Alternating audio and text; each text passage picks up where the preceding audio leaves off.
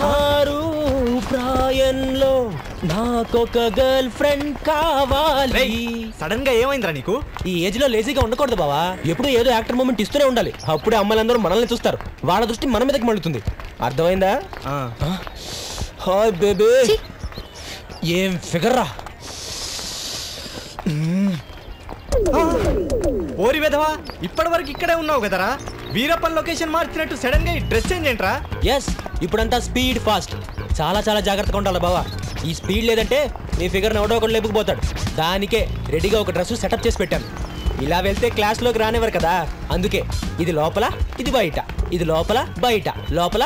అది చెప్తున్నాను విను. నువ్వు గొడవలు చేసి ఎస్కేప్ అవడానికి ఇది మన ఏరియా కాదు.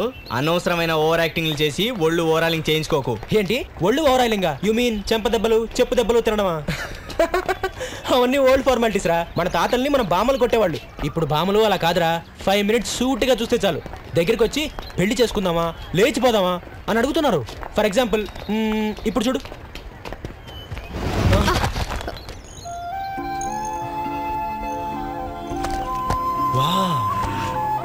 సారీ యార్. It's okay.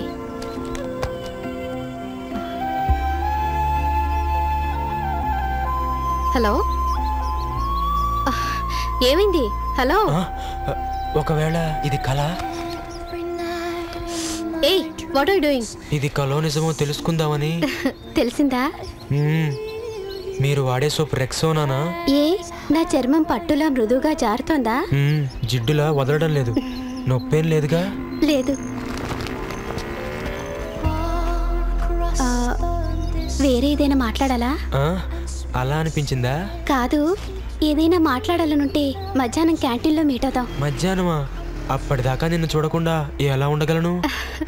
You naughty. You Sweety.